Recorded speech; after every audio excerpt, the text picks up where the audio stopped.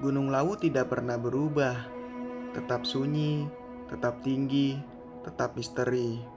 Kami datang dengan tujuan yang sama, tapi tidak dengan cara yang sama. Dan di antara dinginnya Lawu, kami belajar bahwa perjalanan bukan cuma soal puncak, tapi tentang bagaimana tetap berjalan meski tidak lagi dalam langkah yang sama. Berangkatlah saya dengan seorang kawan bernama Fadil. Fadil adalah rekan kerja saya.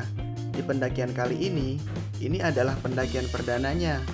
Wah, apakah ia akan kapok atau ketagihan dalam batin saya? Awalnya saya hendak mengajak pemain inti pada pendakian kali ini. Seperti biasa, ada Denny, Nuril, dan Iman.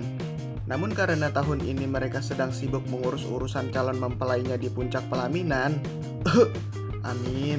Ya sudah, akhirnya saya berangkatlah bersama Fadil. Terpilihlah Gunung Lawu. Alam seakan senada dengan isi pikiran dan hati saya. Tiba-tiba ada DM Instagram masuk dari seorang kawan bernama Tegar. Ya, Tegar adalah kawan saya saat pendakian ke Gunung Selamet tahun lalu. Ia mengajak saya untuk mendaki ke Gunung Lawu bersama. Pas sekali dalam hati saya. Akhirnya berangkatlah kami rombongan dari Jakarta 9 orang dengan menggunakan mobil Elf. Oh iya, pada pendakian kali ini kami berangkat 18 orang. 9 orang dari Jakarta, lalu 9 orang lagi dari Bandung. Namun akan saya tekankan ya, ini pendakian bersama, bukan open trip. Seakan perjalanan yang panjang, kami beristirahat terlebih dahulu. Tak lupa, kami mengisi perut kami yang sudah lapar pada malam hari. Singkat waktu, tak terasa saat bangun dari tidur. Ternyata sudah pagi hari, dan sedikit lagi akan sampai di base camp Lawu via Candi Ceto.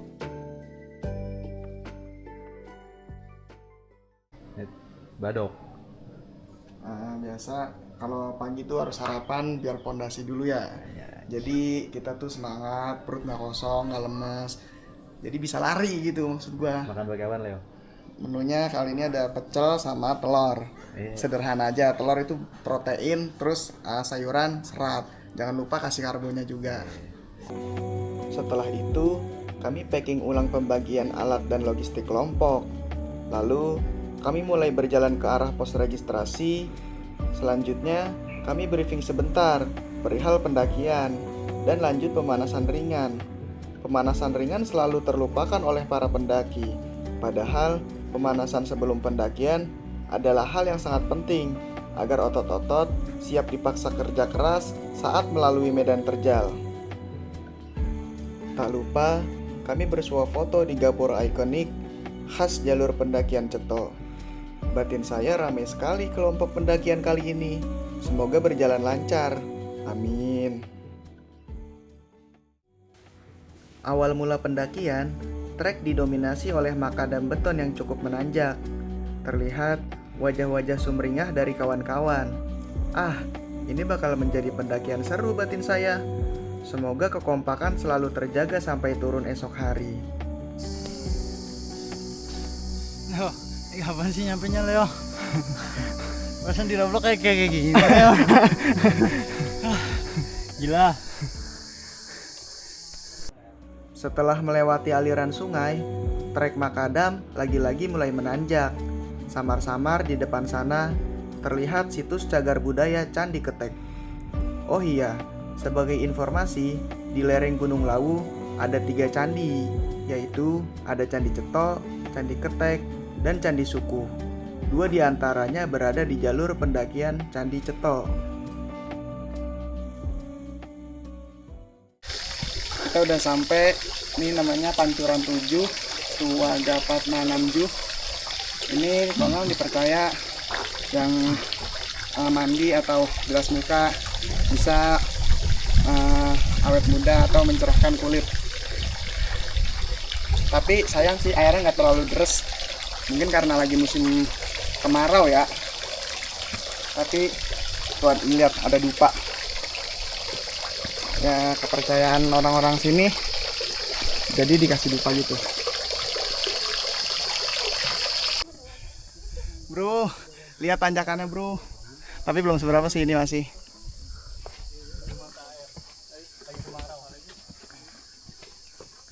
Ini sama kayak sama yang di Roblox, Leo.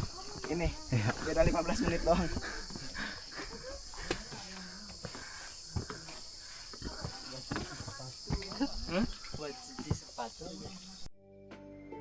Selepas dari pancuran 7, tim terpecah menjadi 2 kelompok. Saya dan Fadil ada di kelompok depan.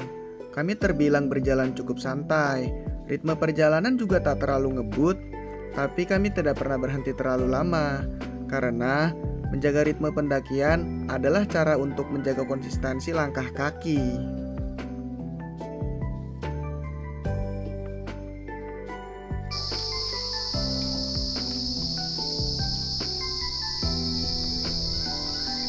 Touchdown pos 1. Bah berhenti. Yuk. Not bad.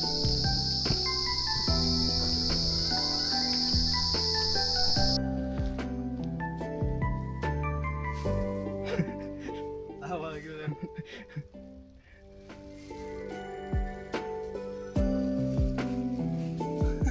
Yang kucok.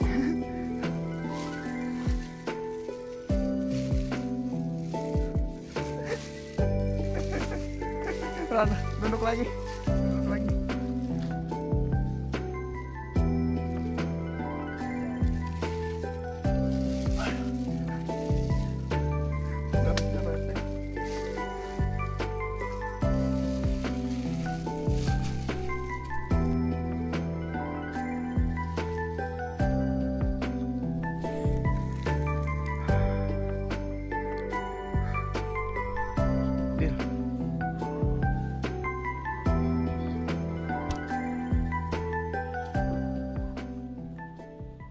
Kita harus isi tenaga dengan kebus seperti kereta api, bas bespos.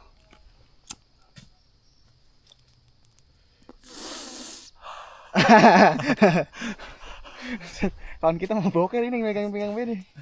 Gali tanah udah. Ngap nih. Ngap. Touchdown di pos 2 jam 11.46. Kita start dari pos 1 itu jam setengah 11. Pas lah. Sekitaran 1 jam 15 menit. Lanjut. Di Aman pos 2 sekali treknya terlalu landai ya. terlalu landai dia.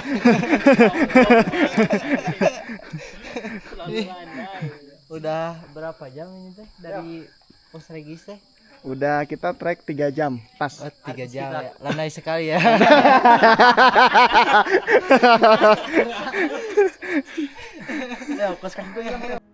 Dalam perjalanan ini, kami tidak hanya bertemu dengan jalur dan pemandangan, tetapi juga dengan orang-orang baru yang sebelumnya asing. Di tengah lelah dan dinginnya pendakian, percakapan sederhana perlahan menjadi akrab, dan tawa yang awalnya canggung berubah menjadi kebersamaan. Gunung selalu punya cara mempertemukan tanpa perlu banyak berencana. Dan dari pertemuan singkat itu, kami belajar bahwa tidak semua yang baru harus terasa jauh. Beberapa justru terasa seperti sudah lama dikenal.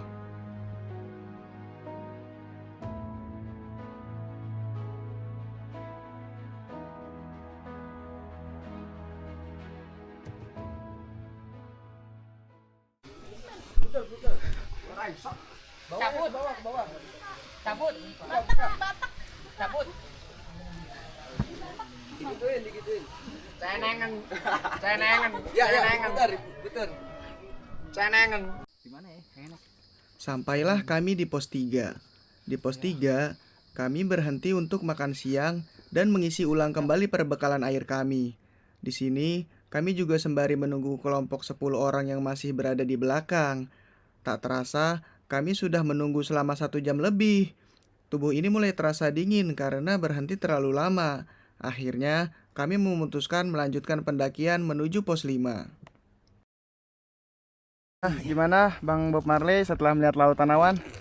Alhamdulillah ya. Tadi sempat hujan sedikit, tapi tidak menghiraukan karena ada payung. No, Fadil di prank. Udah pakai jas hujan Fadil.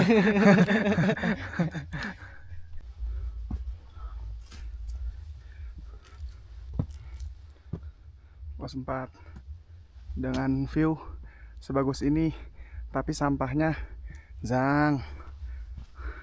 Astaga, gokil orang-orang pendaki.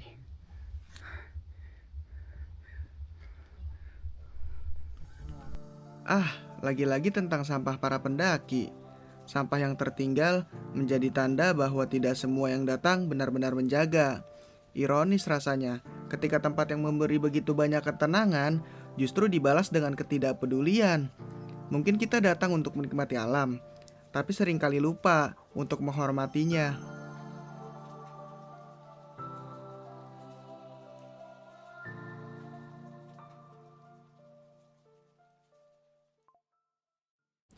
Singkat cerita, kami kena trek malam saat sebelum sampai di pos 5 camping area.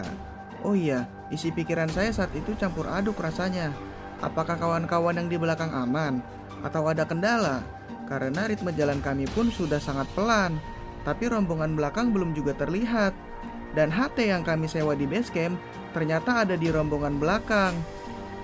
Jadi kami bingung untuk mencari kabarnya. Dan kondisi ini diperburuk saat rombongan kami yang berada di depan tidak membawa logistik kelompok, hanya membawa telur dan sosis. Sisanya logistik kelompok ada di rombongan belakang. Namun bak seorang superhero, Firman dan Reza ternyata membawa logistik pribadi, yaitu 4 bungkus mie instan dan sedikit camilan. Jadi bisa kami makan malam itu untuk bersama. Lalu setelah makan malam, kami memutuskan untuk beristirahat, tidur, dan mempersiapkan diri untuk summit di esok hari. Selamat pagi teman-teman.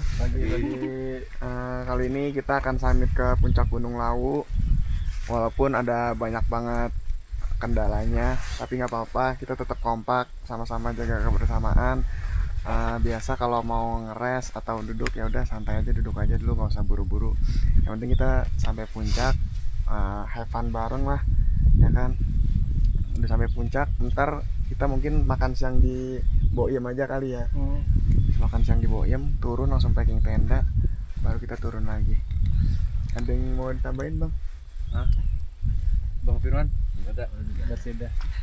Yang pelan-pelan aja. Tadi Selamat katanya sampai rumah juga nanti kitanya. Amin. Nanti kita aja berdoa menurut kepercayaan dan agama masing-masing, dimulai.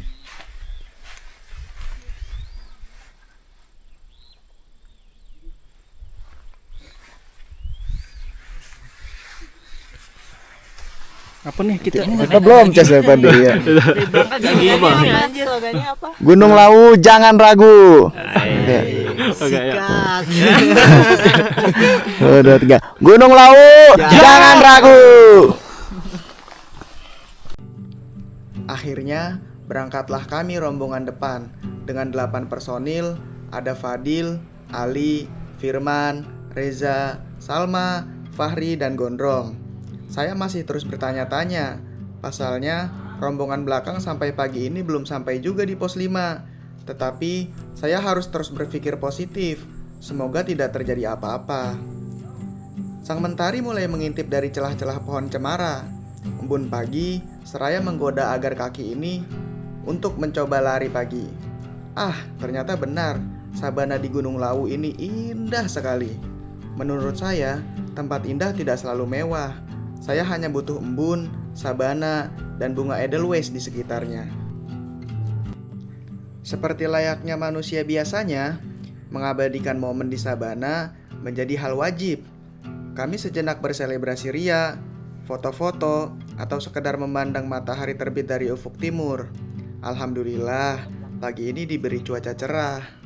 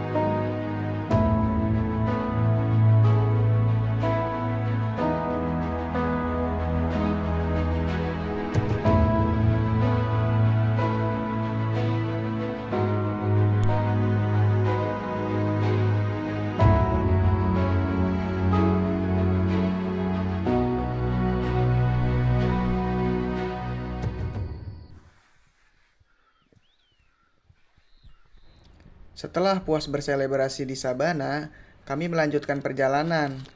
Mentari pagi ini sangat hangat sekali, seakan membawa semangat baru. Bang, kalau coki-coki ada nggak bang? Ada. Beli 2 aja boleh nggak bang? Boleh ceban ya. Buset dah. Cepat umroh bang. Tak terasa, kaki ini sudah berjalan memasuki area Pasar Dieng. Di Pasar Dieng, pendaki seringkali dislokasi arah. Makanya harus jeli dan berhati-hati saat memilih arah yang benar.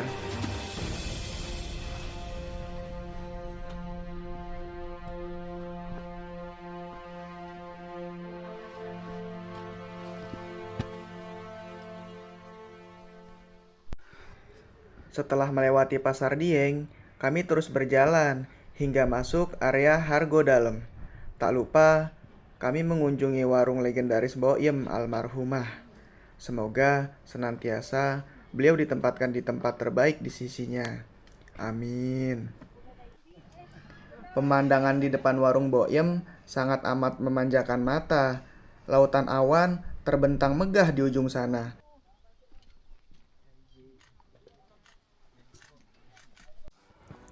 Dan dari warung Boyem sudah tidak lama lagi untuk sampai ke puncak. Ya, sebentar lagi kami sampai. Akhirnya, kawan saya Fadil menginjakan puncak pertamanya di Gunung Lawu. Alhamdulillah, akhirnya sampai. Reza dan Firman sudah lebih dulu sampai di puncak. Lalu disusul oleh saya, Fadil, kemudian Salma, Fahri, Ali, dan Gondrong. Kami semua akhirnya sampai. Lagi pada makan dulu. Selamat datang di puncak Gunung Lawu.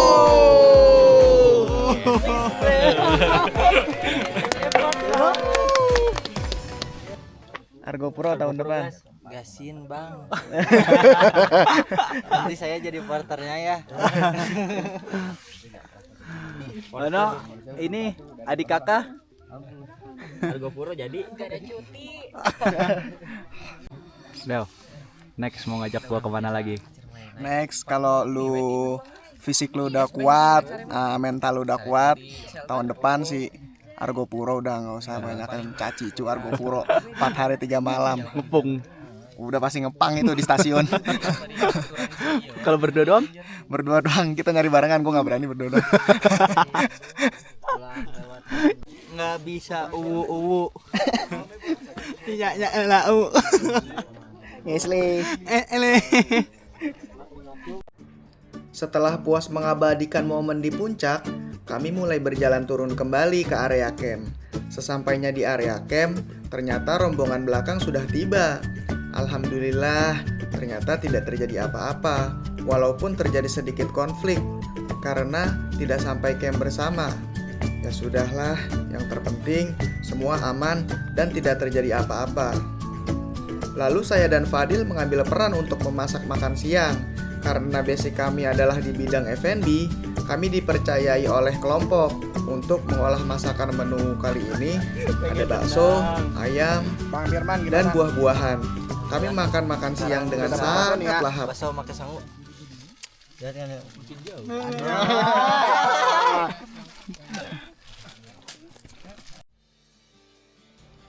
Singkat cerita, setelah makan siang, kami langsung packing tenda dan berjalan turun menuju base camp.